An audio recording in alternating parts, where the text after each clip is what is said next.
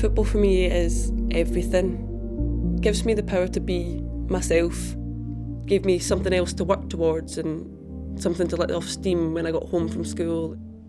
When I was 12, life kind of changed forever. My mum had a stroke.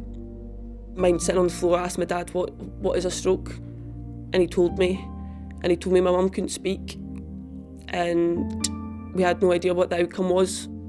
I remember breaking down in tears after he told me. Not knowing if my mum would ever say hello to me again was very damaging to me.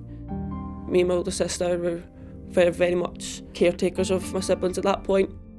At the age of 12, cleaning, doing the washing up, stuff I never thought I would be doing at that age. That had a massive impact on my friendships at school. I just didn't connect with them as well as I could. I was losing friends because of me not being able to go out and to play with them. But family to me was everything. Didn't feel anybody really understood what I was going through. It was a real struggle. I didn't want to speak about it. I remember sitting at lunch and break by myself because I couldn't connect with my friends as what I did before. 2 years after my mum had her stroke, I was just battering on with everything. I was away to sit my exams at school and I had bottled everything up of my emotions for 2 years. And the lowest point in my life was when that exploded. I stopped eating, I stopped drinking, stopped going to school. I didn't want to be here anymore. I had no idea why I was feeling this way, what I was really feeling. I just didn't want to be with anybody. I said I was fine, was all I said constantly to everybody. I'm fine, when I wasn't. It was a struggle, a real struggle. I didn't want to admit I was ill. Until that day I didn't want to be here anymore. And suicidal thoughts started coming into my head. I knew I had to do something to get myself better. Football at that time was the only thing I wanted to do. It was the only reason I got out of bed in the morning, knowing that I had football training at night or coaching.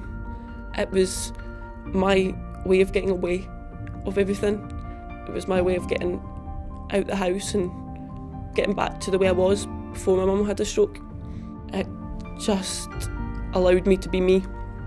It gave me the power to push on and to progress within football. And on the nights I didn't, I would go watch my brother at his training, my sister got training. I didn't have any other thoughts in my head apart from football when I was at football. And the feeling that it gave me was amazing. I'm the only female referee within this area, and I referee week in, week out. To be in charge of 22 males on the pitch 6 months after I qualified was one of the most daunting experiences I've ever had, but by far the best, and to this day I'm still doing amateur football. I stopped at the age of 16 playing for a team to focus on refereeing.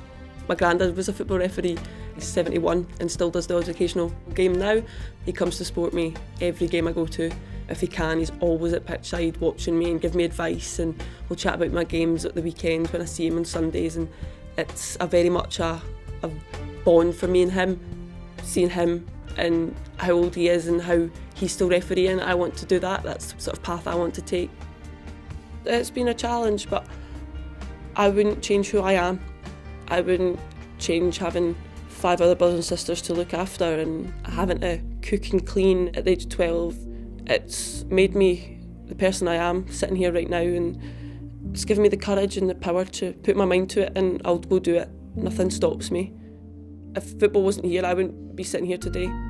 I had my football boots on and my football kit on, I had a ball at my feet, and I was the happiest 14, 15-year-old that was going. I know, and I've said from the whole situation, football has really saved my life.